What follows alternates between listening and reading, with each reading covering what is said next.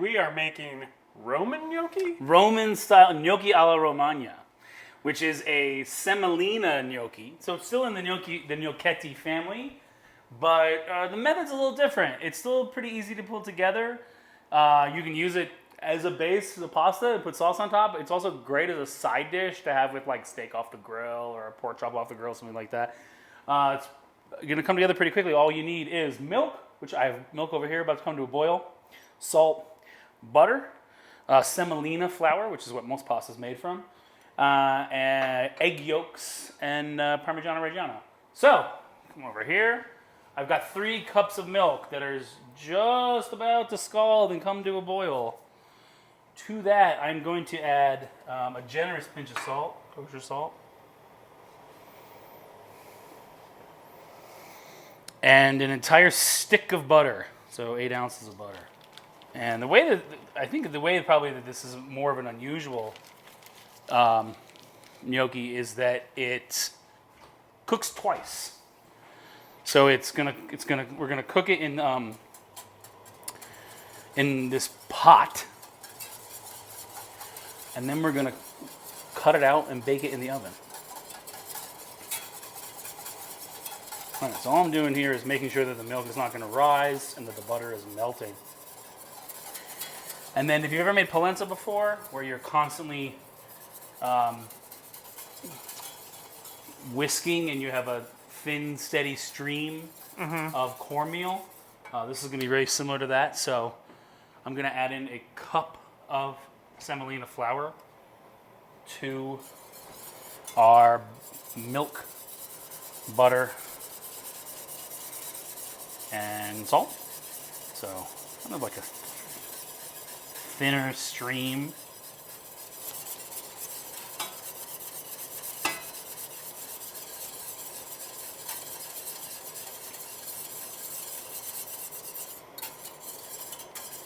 You definitely don't want to put it in all at once. Have it clump up. You're gonna make them. So yeah. So see, almost has like that polenta like. Oh yeah, I can see it thickening right? already. It is flour, so it does make sense. Okay, so I'm going to continue to cook this. How long will this cook for? Just a couple minutes. Okay. Now, when you're talking about this dish, I think in my head I kept thinking we were making polenta and then setting it and then cutting it out. So yeah. All those questions I asked you before, where I was not thinking about semolina flour. Right, and you know, this is like what most dried pasta is made from, so it's in the vein of that. So this, I'm going to add in about a half cup of Parmigiano Reggiano. And I'm going to beat in 4 egg yolks one at a time. Why do you have the eggs? Again, just like in other... Oh, just like a pasta? Just like a pasta, or just like anything else in the gnocchi family. It's going to provide... fat, it's going to provide structure to the final dish as well. Beat that in.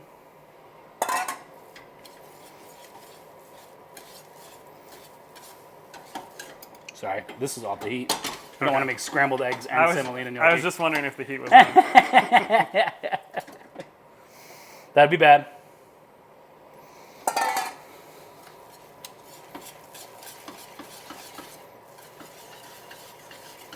Okay, one more. Great. Ooh.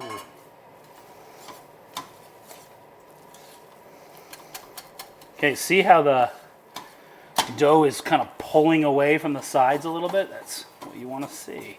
It means we've incorporated our eggs correctly. All right, so I have a sheet tray ready over here as a landing space. Just gonna give this a quick mix.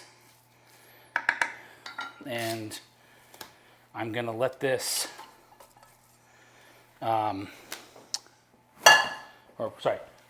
thin this out. And is a quarter sheet tray kind of the ideal size for this? Actually, it is. I didn't know that before we started doing this. But yeah, this looks absolutely perfect.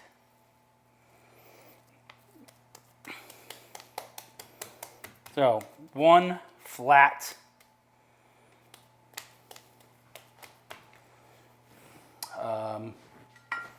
one flat surface. And then we're gonna cut it out. So before we cut it out, I meant to have a little bit of butter just to butter our baking dish for. Yeah, I'll get some. Just so we don't stick. You can see this is already starting to set up. You could stick this in the fridge too if you wanna, if you wanna speed up dinner a little bit, but just to butter a baking dish. As in the tradition of,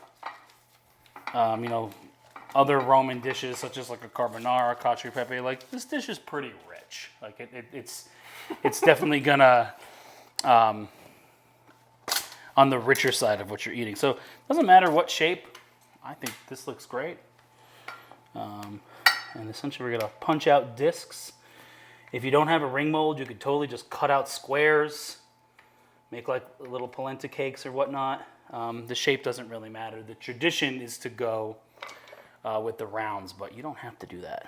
So I'm gonna layer these into our baking dish. By the way, in the spirit of not wasting any food in Italy, these ends that you see right here that are not perfectly made into rings, those would usually be tossed in flour and fried for a little street food, little semolina fritters. All right, so I've got like, a single layer here, if you will. I'm gonna cover this with more Parmesan and pop this in the oven. We're gonna do it with bolognese, right? Yeah. Yeah, sweet. So this will jump right in here.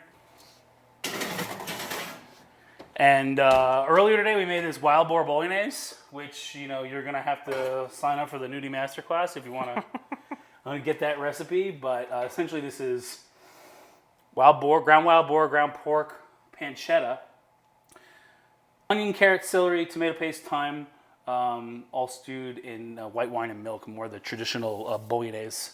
All right, so we've broiled it for a few minutes, and the tops are just starting to gratinate. Ooh.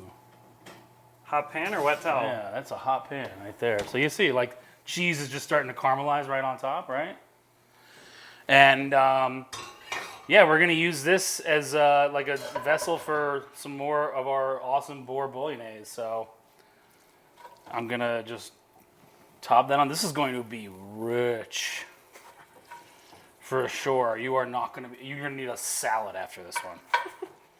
So but just a little goes a long way. Perfect. And I might top it with just a little bit more cheese, and that's the gnocchi alla Romana. Whoa.